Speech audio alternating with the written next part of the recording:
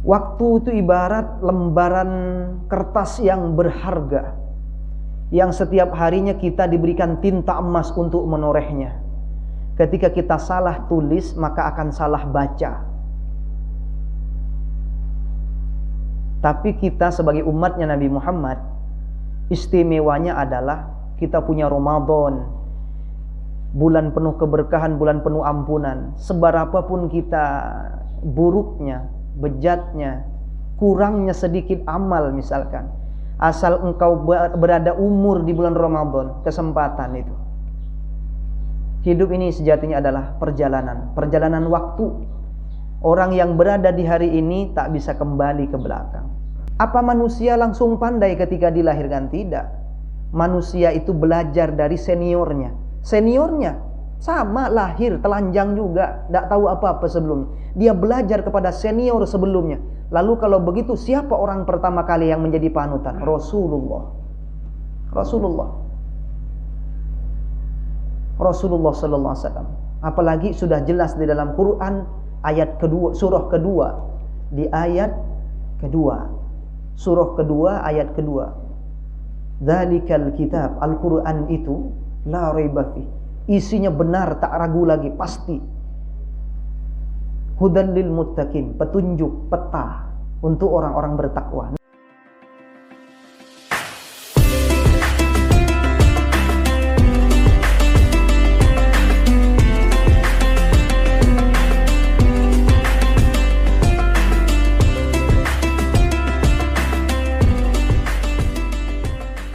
Bismillahirrahmanirrahim. Assalamualaikum warahmatullahi wabarakatuh.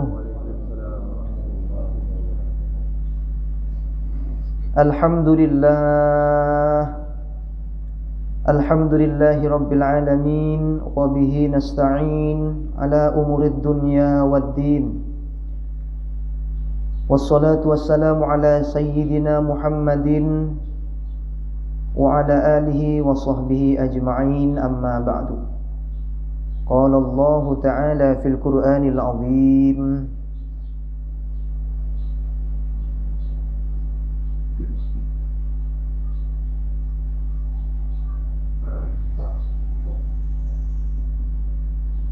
A'udzu billahi minasy syaithanir rajim. Bismillahirrahmanirrahim.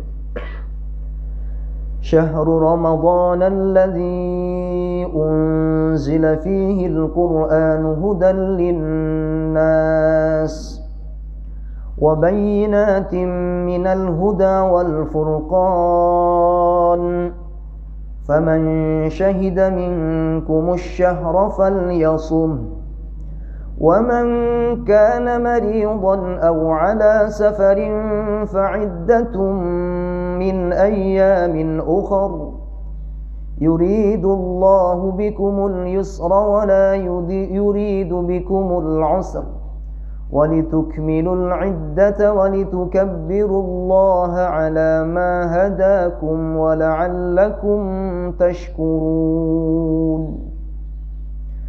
وإذا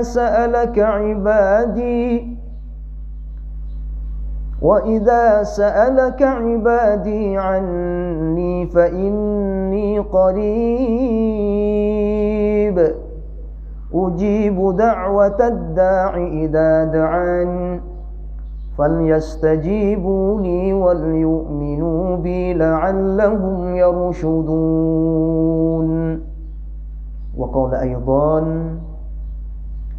ألف لام ميم ذلك الكتاب لا ريب فيه هدى للمتقين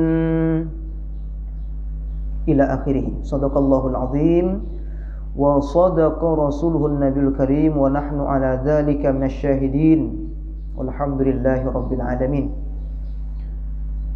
Bapak Ibu jamaah salat subuh yang sama-sama mengharapkan rahmat dan ampunannya Allah Subhanahu wa taala.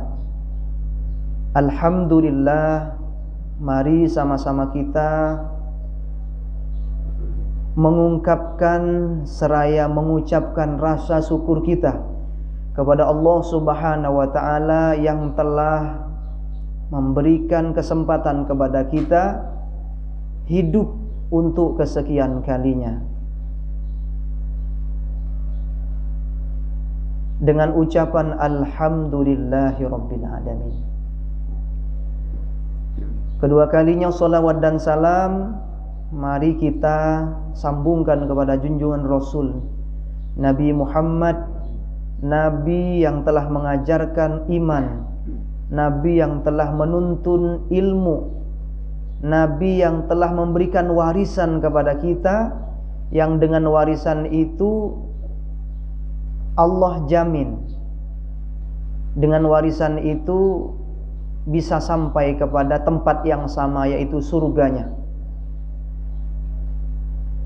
Rasul berkata, taraktu fikum amrayni in tamassaktum bihima lan tadhillu abadan. Aku berikan dua pusaka kepada kalian. Barang siapa yang dengan pusaka itu dijaganya dan dipakainya, maka pusaka itu membawanya untuk bertemu dengannya, bertemu dengan Tuhannya, ditempatkan dalam ridhonya, yaitu surganya Allah Subhanahu wa taala. Bapak Ibu hadirin rahimakumullah, terkait itu pada subuh kali ini Al-Fakir, saya pribadi ingin mengetengahkan tema Al-Quran sebagai peta. Al-Quran sebagai peta. Yang pertama, hidup ini Bapak Ibu sejatinya adalah perjalanan.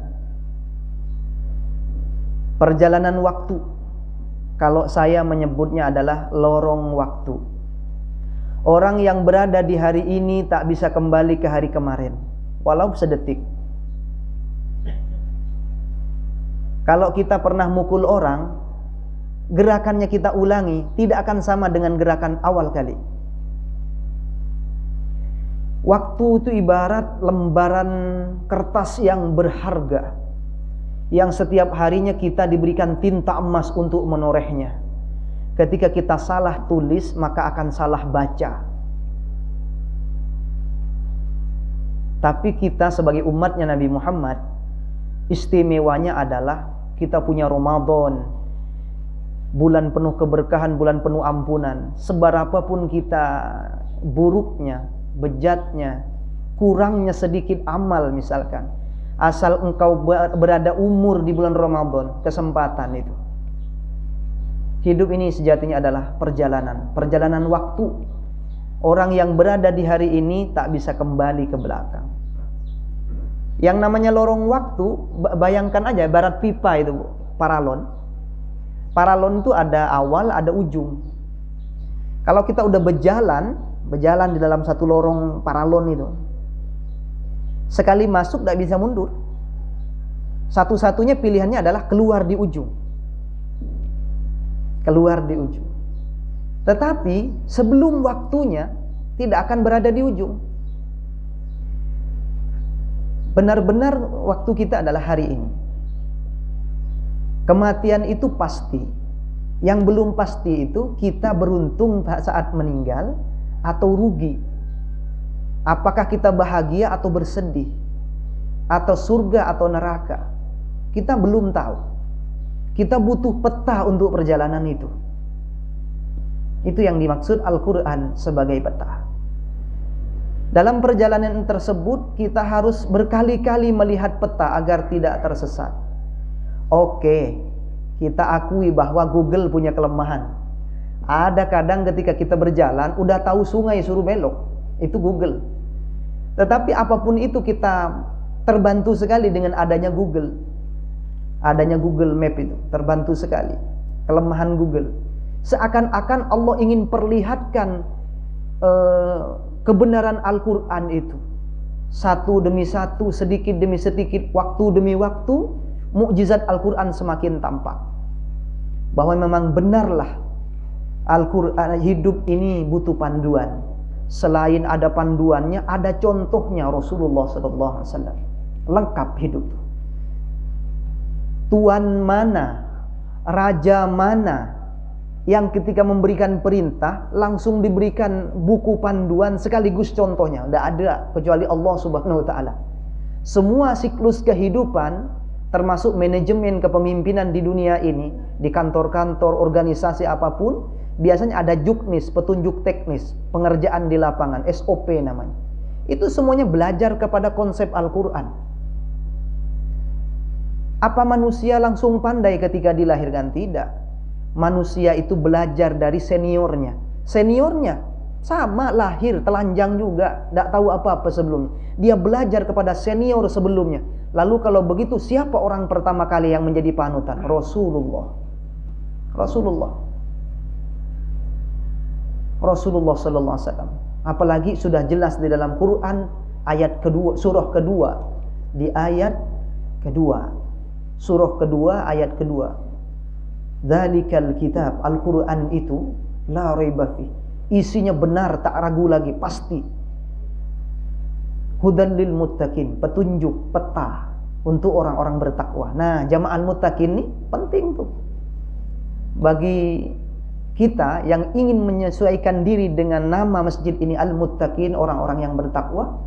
Jadikan Al-Quran sebagai panduan hidup kita, peta kita.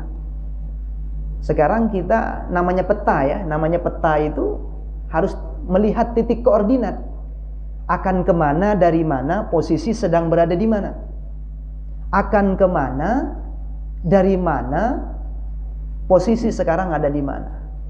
Ya, harus introspeksi diri. Kita semua punya tanggal lahir kita berbeda, tapi mungkin kewafatan kita sama, tidak jauh-jauh dekat, atau beda. Tetapi posisi kita sama-sama manusia yang kotor, sama-sama manusia yang lemah, sama-sama manusia yang membutuhkan rahmat, ampunan Allah Subhanahu wa taala. Itu persamaan kita. Namun beda amalnya, ada yang jadi kuli bangunan, ada yang menjadi ustadz, ada yang menjadi pedagang. Itu semuanya fasilitas saja. Fasilitas untuk menuju garis finish sampai final sebagai pemenang kehidupan. Apakah Allah pernah mengatakan yang terbaik itu yang kaya? Tidak ada. Apakah Allah pernah mengatakan yang paling pintar adalah yang paling beruntung? Tidak. Seandainya Allah katakan seperti itu, maka jangan pernah berubah dari haluan peta Anda. Bekerjalah mati-matian sampai Anda kaya, atau belajarlah tinggi-tinggi sehingga engkau bisa merendahkan orang lain. Tetapi kenyataannya Allah tidak mengatakan seperti itu. Yang dikatakan humul muflihun, mereka orang-orang yang beruntung itu adalah alladzina yu'minuna bil ghaib wa yuqimunas shalah wa mimma razaqnahum yunfiqun, yaitu orang-orang yang beriman, percaya kepada yang gaib, berinfak sebagian dari hartanya, mendirikan salat, membaca Al-Quran, percaya kepada kitab terdahulu, kepada nabi-nabi terdahulu. Itu orang-orang yang beruntung. Bapak Ibu yang dimuliakan Allah Subhanahu wa taala, saat ini masih banyak orang-orang yang berputar-putar saja dalam mencapai tujuannya karena dia tidak menggunakan peta. Tidak usah jauh-jauh, yang berbicara ini pun jatuh bangun juga, bonyok juga. Tetapi apa kata orang itu? Lebih baik kita gagal mencoba daripada kita merasa gagal belum pernah mencoba. Toh juga pada akhirnya Allah akan menilai prosesnya, bukan menilai siapa kita. Allah akan nilai prosesnya. Dari mana kita tahu? Quran suratul Muluk ayat 2. Alladzi khalaqal mauta wal hayah. Allah sengaja buat kehidupan ini siklusnya hidup mati, hidup mati, hidup mati. Yang belum ada lahir, yang sudah lahir menua, yang sudah tua meninggal. Seterusnya berganti zaman. Kok begitu siklusnya? Monoton ya Allah. Ya Allah monoton banget. Enggak. Bukan monoton. Hidup ini sebagai panggung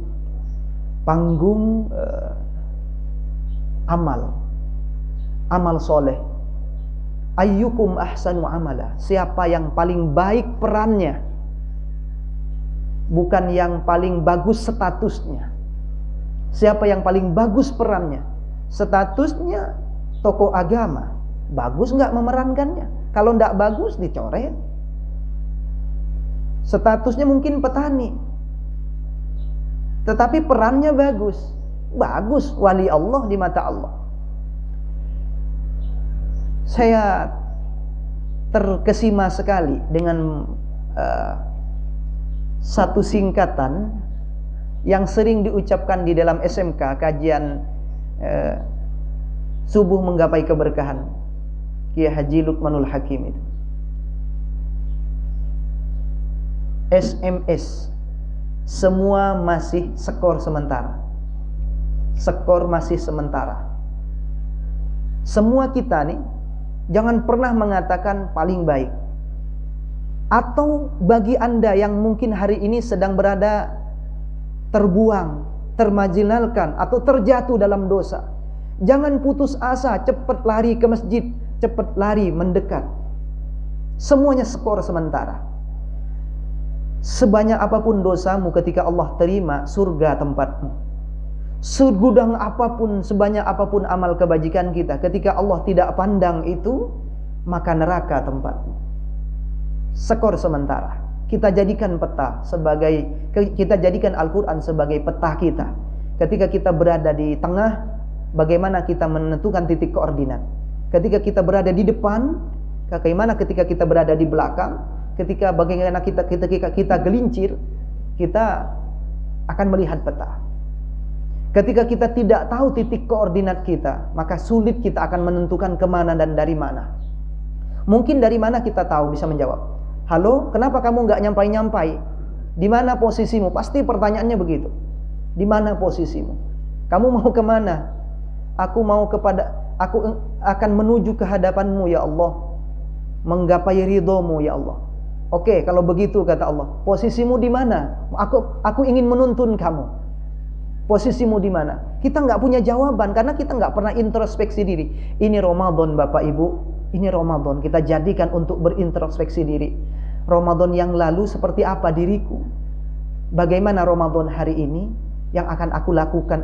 Apa yang harus aku benahi hari ini untuk Ramadan ke depan? Ramadan itu biasanya yang terbalik berpikir manusia. Orang bekerja 11 bulan dari Syawal sampai Sya'ban itu untuk persiapan Ramadan. Salah sebenarnya. Ramadan itulah kurikulum untuk mempersiapkan perjalanan umur waktu dari Syawal ke Sya'ban sebenarnya. Karena kita sibuk, tidak punya kesempatan, maka untuk benar-benar memberikan kewajiban, benar-benar kita ini kalau tidak diwajibkan sekolah, tidak sekolah. Nah, ibaratnya begitu. Karena wajib, mau tak mau sekolah, walaupun tujuannya kerja. Ternyata efeknya pandai gitu. Ternyata efeknya pandai. Tadinya kita nggak berpikir akan pandai. Kita berpikirnya kalau sekolah punya ijazah, bekerjanya mudah. Pikirannya begitu awalnya. Tapi setelah dijalani sekolah, ternyata pandai tanpa sengaja. Itu namanya beruntung tanpa sengaja. Dalam perjalanan ujian akan selalu datang Bapak Ibu. Kullu nafsin dha'iqatul maut wa lanabluukum bisyarri wal khairi fitnah wa ilaina turja'un. Setiap manusia itu akan merasakan mati. Artinya semua kita ini pasti, nggak usah berpikir-pikir kalau aku menjadi orang soleh, kemungkinan meninggalnya lama. Ada jaminan. Tidak ada jaminan. Kalau begitu jahat aja deh, biar dikasih kesempatan banyak bertobat. Kata siapa? Tidak ada jaminan juga. Kullu nafsin dha'iqatul maut. Pokoknya kematian itu pasti. Yang belum pasti itu kita baik atau tidak, itu belum pasti. Masih perjuangan. Wa nabluukum bisyarri wal khairi fitnah. Dan kalian akan diuji oleh kami dengan bisyarri, dengan keburukan, wal khair, dengan kebaikan. Kadang diuji dengan ketidakbaikan. Jadi ketidakbaikan itu ujian. Taat itu pun ujian sebenarnya. Karena ada bahasa bikin merinding ini bahasa. Ketika setan tidak berhasil membuat kamu untuk berbuat jahat, mencuri, korupsi. Ketika setan tidak berhasil membuat kamu jahat, maka setan akan menggunakan cara kedua, membuat kamu paling soleh, membuat kamu paling baik. Masya Allah, luar biasa setan itu. Tetapi Ramadan ini kan sudah diikat Ustaz, betul, tapi wataknya kan melekat. Watak syaitaniyahnya kan melekat. Maka sebenarnya bulan Ramadan ini kalau ingin berubah jadi baik lebih mudah sebenarnya. Kalau Ramadan tidak bisa kita gunakan, tidak bisa berhasil kita merubah diri, maka akan lebih sulit lagi ketika di luar Ramadan. Akan sulit. Luangkan waktu, walaupun sebentar. Merenunglah, menangis sebentar saja gitu. Ini kita besok malam dah masuk 10 malam terakhir, malam 21. Coba sesekali-kali pura-pura nangis kalau nggak bisa. Coba meratapi kepada masa lalu yang tak mungkin kita kembali ke sana, meratapi masa-masa jahiliyah kita. Masa-masa jahiliyah kita, tangis, ya Allah, kenapa aku begini ya? Kenapa gitu? Akan merasakan kenikmatan yang tak bisa dinilai dengan uang. Itu namanya rezeki berupa batinnya. Kebahagiaannya lama, langgeng. Kalau kita dapat gaji, itu paling tanggal muda mah kebahagiaannya tuh. Tanggal pertengahan mulai kurang bahagianya. Tanggal akhir makin mumet biasanya. Tapi kalau kebahagiaan yang datangnya dari Allah berupa ketenangan, itu langgeng begitu. Semoga Allah Subhanahu wa taala memberikan kebahagiaan itu. Amin Allahumma. Pertanyaannya, sudahkah kita menjadikan Al-Qur'an sebagai peta dalam hidup kita? Ya, yang tahu kita. Yang tahu kita apakah Al-Quran sudah kita jadikan peta atau tidak, yang tahu kita. Tapi indikatornya bisa kita baca. Indikator 1, indikator 2. Ataukah Al-Quran hanya sebagai wawasan saja, bahan perdebatan gitu, atau hanya ajang kompetisi saja, bahkan tidak penting sama sekali, na'udzubillahi min dzalik. Saya ada merangkum beberapa. Lalu bagaimana agar bisa sampai pada tujuan dan bisa melewati ujian dari Allah Subhanahu wa taala? Yang pertama, supaya Al-Qur'an itu benar-benar kita jadikan sebagai peta. Yang pertama, Al-Qur'an itu harus dibaca. Tak peduli mau fasih mau enggak, baca pokoknya. Tabata-bata mau lancar, baca. Tidak ada bedanya antara yang lancar baca dengan terbata-bata. Semuanya dinilai. Walaupun lancar baca, kalau tak sempat baca, Allah mau ngasih ganjaran apa? Wong ganjaran itu dihitung dari jumlah huruf yang terbaca. Coba. Bahkan ada janji dalam sebuah hadis, alladzi yaqra'ul Qur'an wa yatata'ta'u. Orang yang al-mahiru bil Qur'an, ya. Orang yang mahir baca Al-Quran, ma'as safaratil kiramil barok, derajatnya seperti safaratil kiram, malaikat safaratil kiram, derajatnya orang yang fasih. Lantas bagaimana orang yang tidak fasih baca Quran? Walladzi yaqra'ul Qur'an wa yatata'ta'u.